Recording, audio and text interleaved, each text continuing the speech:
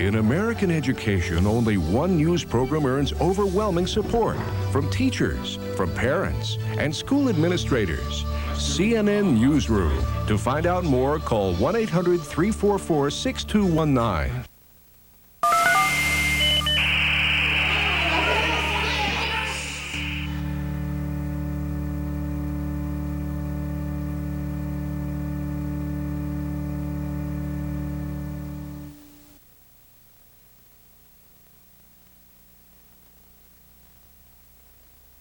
Hello and welcome to our first edition of the Time for Kids CNN Newsroom special news presentation. I'm Tony Frazran, co-anchor for CNN Newsroom and Worldview, a free news service for schools. Created by Turner Learning, this video will bring you the latest on science and technology, endangered animals, and rainforests. First, we focus our CNN cameras on a climate shift called El Nino.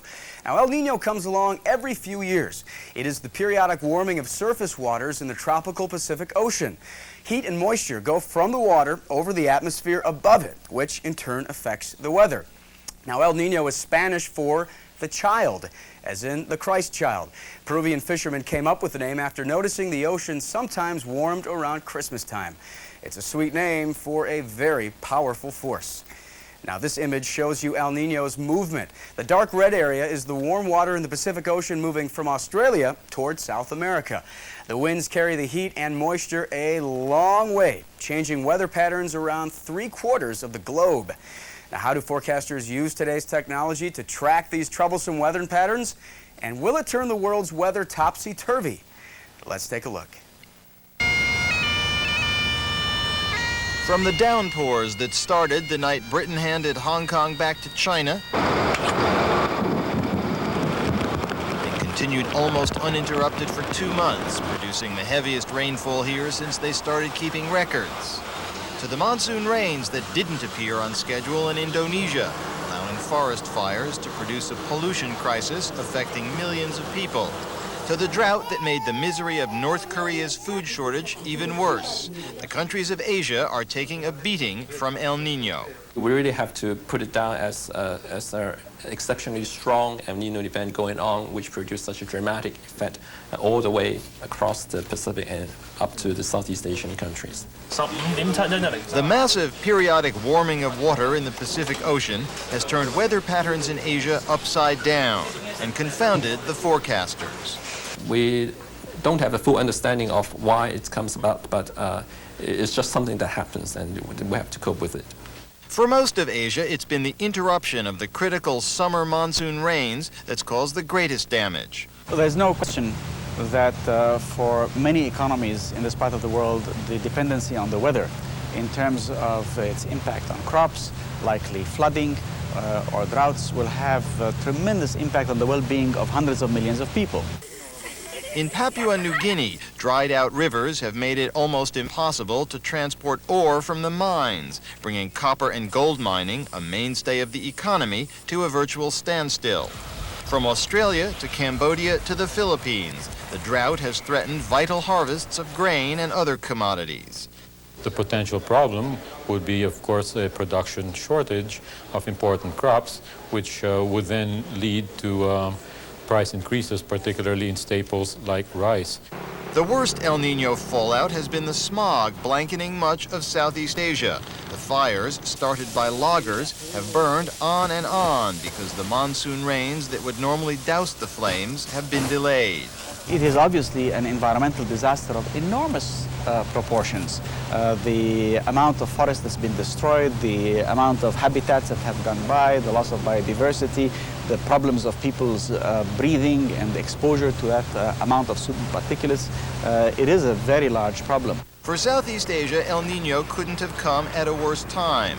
In recent months, much of the region has been rocked by an economic crisis as stock markets and currencies have tumbled. Now, from agriculture to tourism to public health, El Nino is adding to Asia's woes, with nothing in the forecast to suggest things will improve anytime soon. Mike Chenoy, CNN, Hong Kong.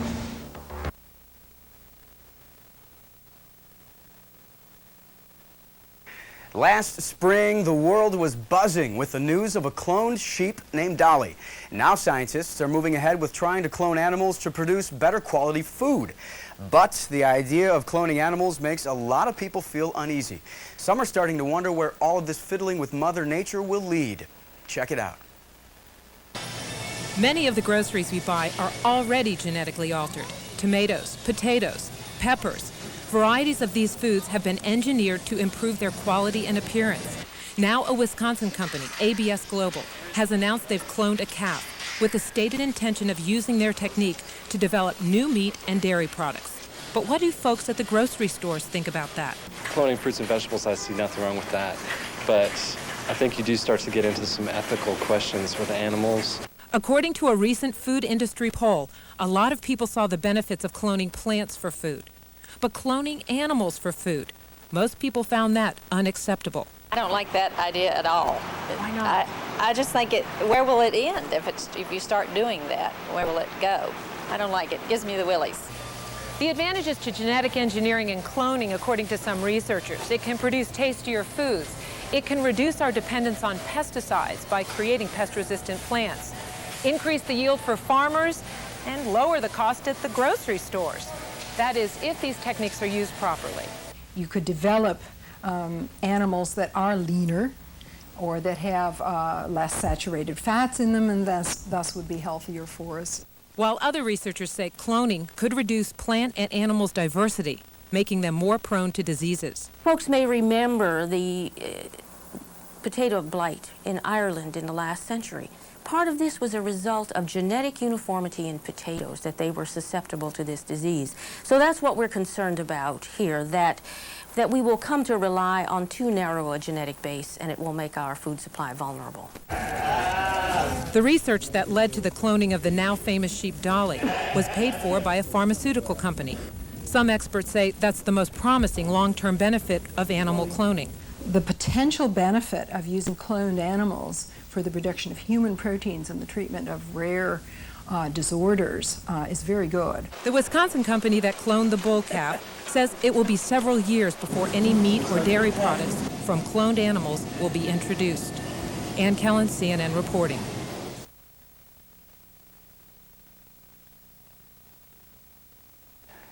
And now a story about a great American pastime, driving. But what if you let a computer do the driving? Well, scientists have come up with cars that practically drive themselves. First, we walked. Then we rode. Then we drove. Now look where we're going. Look, Ma, no hands. In fact, hey, Pa, no feet. What the heck? These present-day cars are loaded with tomorrow's technology today. And here's where we may be going. I believe it will develop ultimately into highways, very much like today's highways, that have lanes on them in which vehicles operate fully automatically. That those lanes carry greatly increased numbers of cars, 2 to 3 times the capacity of today's lanes, and people are free to use their time to do other things instead of driving. The federal government is funding a consortium of universities, government, and private industry to develop an automated highway system. Here's how it works. This car is loaded with radar sensing and steering devices that interact with simple, everyday magnets that have been planted along this 7.5-mile stretch of freeway in San Diego. The sensing device underneath the front of the car communicates with the magnets to keep the car safely on the road. This radar system senses distances between it and cars in front of it and adjusts the speed and operates the brakes to maintain a safe distance. We can improve safety. 90% or so of the crashes that occur today occur because drivers did something wrong. If we have the computers and the sensors on board the vehicles, they don't get sleepy, they don't get distracted, they don't lose attention. They're operating all the time. With computers doing the driving, it's estimated 2 to 3 times as many cars could use the same freeway without the aggravation of gridlock. The vehicles can operate more safely. They can maneuver more safely amongst each other, and the traffic can flow more smoothly. But with $200,000 worth of computer equipment stashed in the trunk of the car, you probably won't see one of these in the showroom for another 15 to 20 years.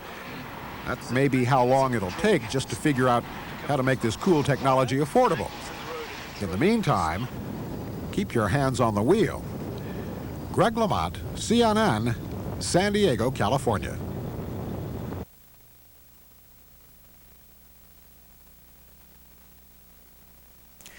In our next series of segments, you'll meet some endangered animals struggling to survive and the scientists who are working hard to save them. First up, we head to the western U.S. to see how scientists are helping wolves return to Yellowstone National Park after a 70-year absence. Snowmobiles pull caged wolves to an adjustment pen somewhere near the heart of Yellowstone National Park. 2 years ago, biologists released the first wolves to roam the park in nearly 70 years. These may be the last released. That was really nice. The Canadian wolves adapted so well and multiplied so quickly, they may soon get themselves off the endangered species list. In fact, we're ahead of schedule and under budget. We have more packs now than we thought we would in 2 years. The wolves reproduced earlier than we expected, and there's been fewer livestock kills than was expected. In the late 20s, government bounty hunters wiped out the park's last native wolves, part of a national wolf extermination program designed to protect ranchers' livestock. The parents of some of these wolves were killed after preying on cattle in northern Montana. Biologists brought the pups to Yellowstone. But these animals themselves have not killed livestock and don't know how. They'll learn how to kill wild prey from these older wolves that we're putting them with. The wolf's return to the park may help control other wildlife populations. Wolves were the only animal missing from Yellowstone, and now that they're back, the whole ecosystem is really back together. Yellowstone's killing cold winter helps assure survival of the newly introduced wolves. Dead or weakened elk and deer and other herd animals make easy pickings for the hungry newcomers. Some ranchers worry this year's bountiful winter for wolves may eventually mean a dangerous winter for cattle. What happens next year, say the population crashes for the elk and bison both, and the population of the wolves as a consequence increases. Now we start getting worried, because what happens when those elk are further away and they're harder to catch and our calves look pretty good to them. Privately funded programs pay ranchers for livestock killed by wolves. They're wolves. They're wild creatures. They do cause problems. They're not tame pets. If the day comes when it's necessary to open a hunting season on wolves outside the park, biologists say, they'll call the reintroduction a success. Don Knapp, CNN, Yellowstone National Park.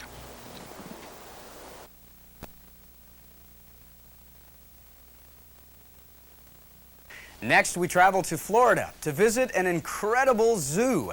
Its only purpose is to give some of the world's rarest animals the chance for a safe future. Let's watch. In his very private rainforest, Paul Rilo is the caretaker. Hey guys. Good morning, guys. For many of these rare bird species, Rilo does much more than feed the animals. He's their salvation. You gonna let me take that egg for you? This egg is in essence a symbol of the future, of hope. This is the Rare Species Conservatory Foundation in Palm Beach County, Florida. It's our ignorance of natural systems that's in many cases causing their decline and causing their demise. So this represents a very significant source of study and research. Working with the Palm Beach County Zoo, Rilo tries to give some of the world's rarest animals a future by breeding them. He hopes that one day he'll be able to return them to their native lands. Part of the problem is trying to develop a breeding ground for animals too few in number to study in the wild, like the Brazilian hawk-headed parrot. There are only 7 left in North America. 4 of them are here. That strut there is strictly for her benefit. He's trying to intimidate us, but so that she notices. We've changed nest boxes, trying to encourage them to breed. We've changed cage designs. We're basically at that point of trying to figure out what it might take to get these guys going. The conservatory takes advantage of South Florida's subtropical climate to copy an animal's natural habitat, like Leonard and Megan's. Golden lion tamarins are among the world's rarest primates. At one time, the population in the wild was down to about 75 individuals. This is a vacation for Leonard. He absolutely loves visitors. These pygmy marmosets are the smallest primates in the world. They've been threatened by the destruction of their native rainforests. Hi, guys. Many of these birds speak English and Spanish. Their ability to talk has been the greatest enemy to the Amazon parrot. They've been sought by pet owners worldwide. In a third world country where this bird might bring $50, $75, that's a very significant amount of income. Here, these birds are priceless, and what we're trying to do is take the monetary value out of species. You cannot protect species in the wild if there's a price on their head. This animal has been long hunted for sport and trophy. The East African bongo is the largest of the forest antelopes. Trophy animals have the tendency of looking very spectacular, and whenever you have a large hooved animal with spectacular horns, much less the coloration in the head and the ears, it's the source of trouble. Only about 200 remain in the wild. There are 17 here at the Conservatory. Conservationists say this type of captive breeding marks a change in the role of zoos. So popular that worldwide more people will visit zoos this year than attend sporting events. The public at large always seems to care about animals. I think the challenge of zoos is helping people understand what to do with that care and concern. Care and concern, conservationists say, which is long overdue. Susan Candiotti, CNN, Palm Beach County, Florida.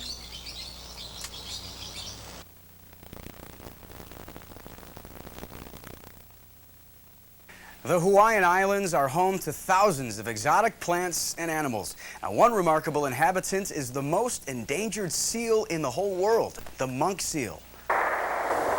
The most endangered seals in the world, Hawaiian monk seals, cling to survival in the last ocean wilderness in the western Pacific. They are on the brink, but there's a chance to bring them back. Monk seals were hunted to extinction in their only other known habitats in the Adriatic Sea and the Caribbean. They are very fragile. Now in captive ponds in Hawaii and remote Laysan Island, they are raised, sometimes one by scientists bent on keeping the species alive. It is widely believed that monk seals got their name because they prefer to live in isolation. In fact, virtually every outside influence adversely affects the monk seal's life cycle, their breeding, and ultimately their population. Underwater, a shy monk seal hides from a photographer, furtively darting behind a rock.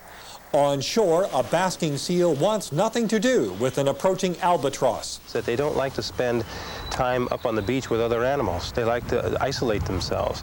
A century ago, monk seals were pushed out of the Hawaiian Islands by their human hunters, then pushed off Midway by the military. The population at Midway has plummeted by 90% because of the human disturbance. The barely 1,200 remaining are further endangered by a subset of extremely aggressive males that injure and sometimes kill mating females. Also, the very coral reefs that protect the seals sometimes poison them. Coral releases a toxin when disturbed by storms or dredging. The toxin collects in fish, notably eels, the monk seal's favorite food. Now, volunteers who pay to join scientific expeditions, like this bird banding project, will, for the first time in decades, be able to gather data on monk seals and help biologists prevent this rarest of seals from slipping into history. Greg Lefebvre, CNN, San Francisco.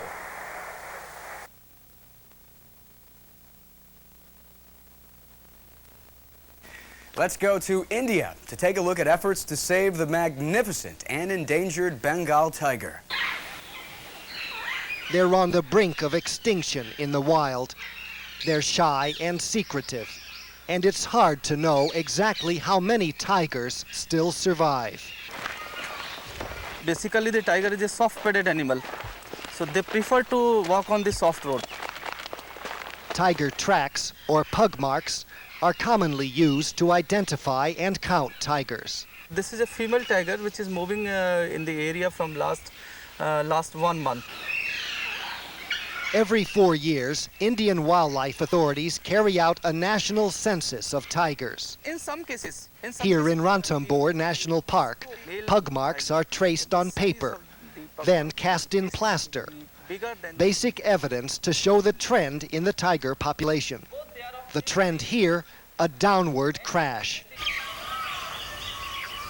In 1989, there were some 45 tigers in Ranthambore. Only 4 years later, nearly half were lost. Across India in the same period, an estimated 1/3 of the tiger population was wiped out.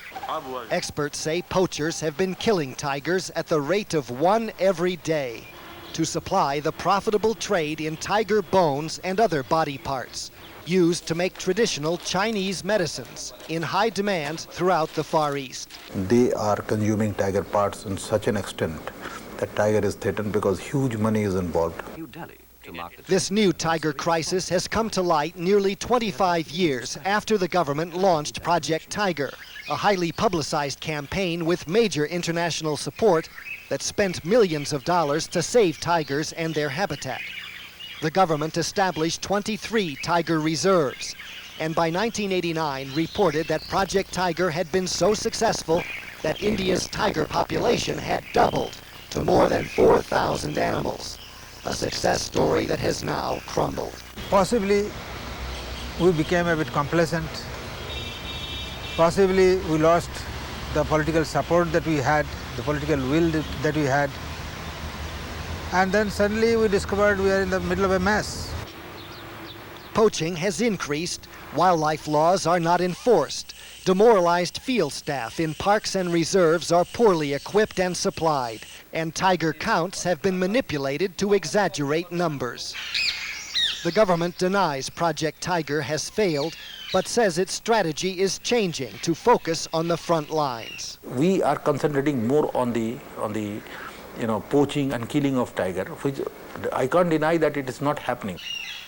The Worldwide Fund for Nature, closely associated with Project Tiger, is doing the same thing. We have rejiggered ourselves, re-geared for a new and a stronger attempt at tiger conservation, a more effective field-based tiger conservation program. Whatever they feel about success or failure so far, experts agree the threat of poaching is growing even more ominous, and that Project Tiger is still the last chance to save the tiger from extinction in the wild. 60% of the world's wild tigers are still found in India. The rest, scattered among 11 other Asian countries, face even greater threats to their survival. It is going fast. In the forests of Ranthambore and across India, this is where the tiger makes its last stand. Gary Stryker, CNN, Ranthambore National Park, India.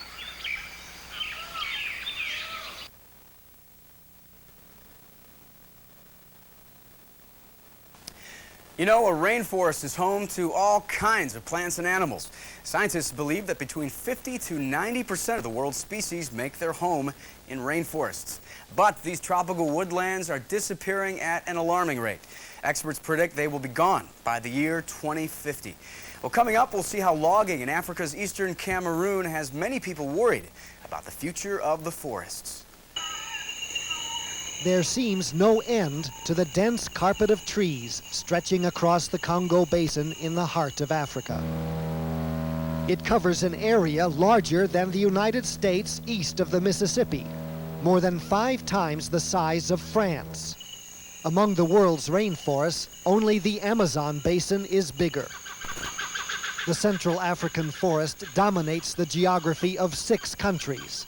It's their most important renewable asset, the home of people whose lives are bound closely to it, a huge store of countless plant and animal species, including those closest to us, endangered primates like gorillas and chimpanzees. The forest is a major asset for the Earth. Without it, the planet's atmosphere and climate could change dramatically. But there's a growing threat to this forest. A rapid acceleration in commercial logging. Logging has increased. The controls on the logging are virtually non-existent. And so the rate of destruction is increasing. In a flow that never stops, trees from the forest reach ports like Douala in Cameroon, Africa's largest timber exporter. What we are doing is that we are exploiting, and I'm afraid that when we realize what is happening, it will be too late. Central African timber is highly competitive on the world market. And for the governments here, earnings from timber exports are desperately needed to repay international debt and to satisfy the demands of growing populations. But conservationists warn that in the rush to cash in on the timber boom, aggressive logging will destroy the forest. This exploitation should be rational. It should be sustained so that the forests are a permanent source of revenue for the countries rather than just being exploited for short-term gain. Many believe what is now happening in Central Africa is exactly what has already occurred in the forests of West Africa, especially in Ivory Coast and Nigeria, where uncontrolled logging has wiped out virtually all primary forests in only a few years. And West Africa will be the future of Central Africa if nothing is done now, due to logging. Recently, a development that worries many conservationists, the arrival of Asian logging companies with reputations for having already destroyed forests in Southeast Asia and South America. They don't care. They need the logs, they need the trees, and they don't care what the forest will be when they will leave the country. There are those who say conservationists are overreacting to the expansion of the timber industry. The impression given is that forest destruction in Cameroon is being carried out by foresters, but it's not true. The real damage, they say, is done by farmers who slash and burn trees to clear land for crops. Others say conservationists are simply wrong in their assessment of damage. And I think they tend to underrate the capacity of the forest to regenerate itself. But very few deny the forest is shrinking, attacked at the edges by growing human settlements, penetrated by logging roads that bring not only timber crews, but also more farmers and hunters who can now reach areas once inaccessible to trap and shoot wildlife for commercial markets. Experts say it now seems unavoidable. In only 20 years, maybe sooner, much of the Central African rainforest will be gone. The heart of the forest, in the Congo Basin deep inside Zaire, might still be untouched. But vast stretches of forest that now surround the central core and much of the wildlife they contain would then be only a memory. Gary Stryker, CNN in eastern Cameroon.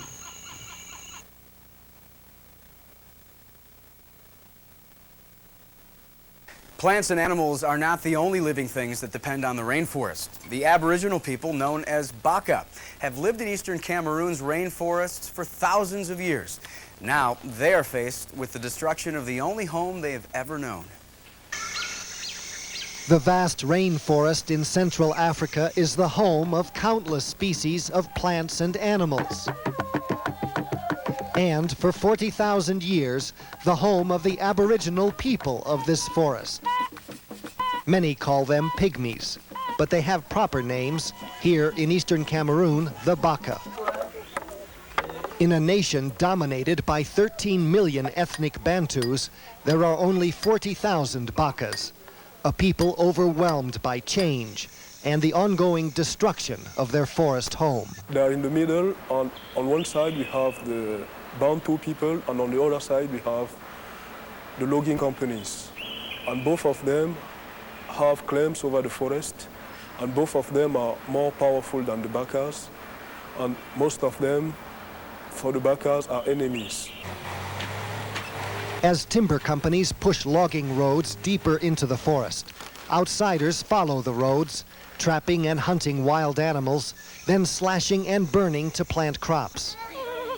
After living in harmony with the forest for thousands of years, hunting and gathering only what they needed to survive, Bacas now find many of the forest's resources are exhausted. This man says because there are so few animals, a hunter now has to be very good, maybe with some magical powers. The chief in this settlement says the noise from bulldozers and chainsaws drives animals away. And because the forest has been so disturbed, it's hard now even to find the special plants they use for food, medicines, and rituals. When Bacas are displaced from the forest, they're given little in return. They have no legal title to any land. In the forest they've occupied since ancient times. Government policy refers to them as marginal social groups, to be made into productive members of Cameroon's society by surrendering their nomadic life to clear land and plant crops. In other words, to abandon the culture and spiritual life that connects them to the forest and to join in its destruction, a process already begun. They are facing a very violent civilization, and from this civilization, they tend to let's say, to take only the bad aspects of this civilization. Alcoholism, prostitution, unemployment, exploitation by dominant Bantus. Common dangers confronting Bacas when they leave the forest. But in this roadside settlement of a few hundred Bacas, we're told they're happy to be here. This man says life is too risky in the forest. It's much better in this place. But Noel Olinga has worked with Bacas for 16 years, and he says they tell us what they think we want to hear. To the Bacas, he says, the forest is a paradise lost. They often go there just to smell flowers, to remind them of the way it used to be. There is really nothing here for them, he explains. No school, no health clinic, only a few menial jobs on a nearby Bantu plantation. What they really want, and what they should have, he says, is a pristine forest reserved for their hunting and gathering, an idea no one takes seriously in Cameroon. The Baka people in this settlement are still in transition, no longer depending only on hunting and gathering in the forest, and facing an uncertain future in the fast-growing towns and villages around them. A future looking especially bleak for the young. The young Bakas are completely lost. They are not Baka, not full Baka, not full Bantus. They are somewhere in between. Initiation rites held every year summon the god of the forest, the Jengi, to induct young boys into manhood and to bring good fortune. Many Bakas say they haven't seen the Jengi in a long time. Gary Stryker, CNN in eastern Cameroon.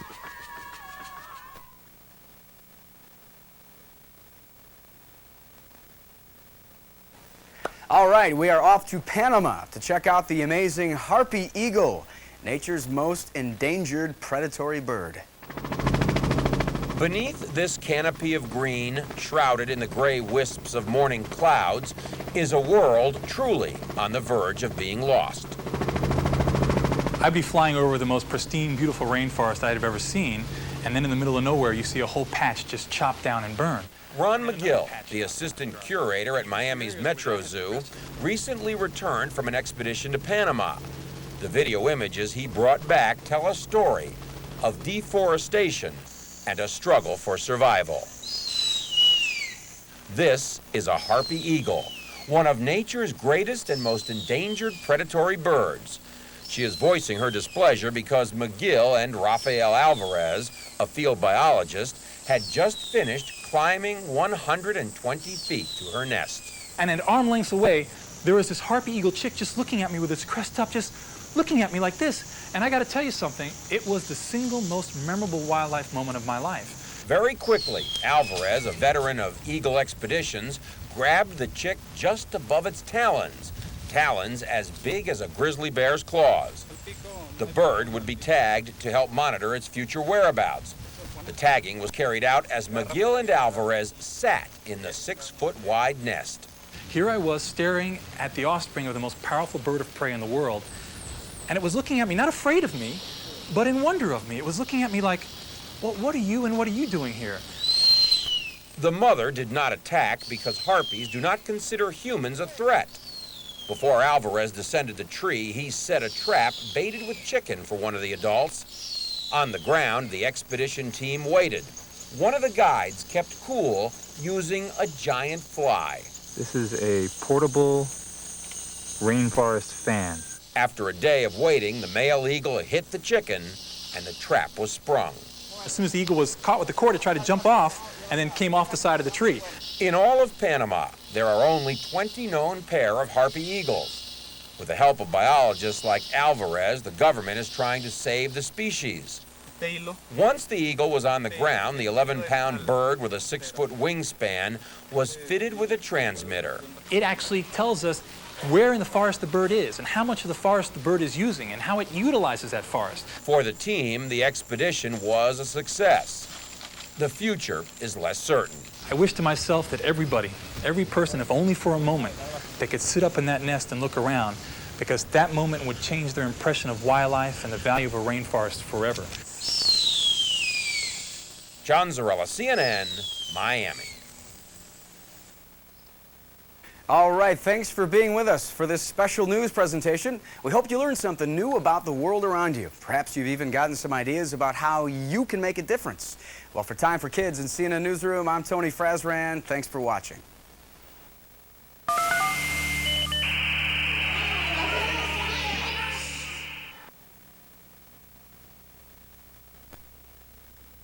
Join me, Tony Frazran, each weekday on CNN Newsroom and Worldview. For information on how your school can receive CNN Newsroom and Worldview, call this number, 1-800-344-6219.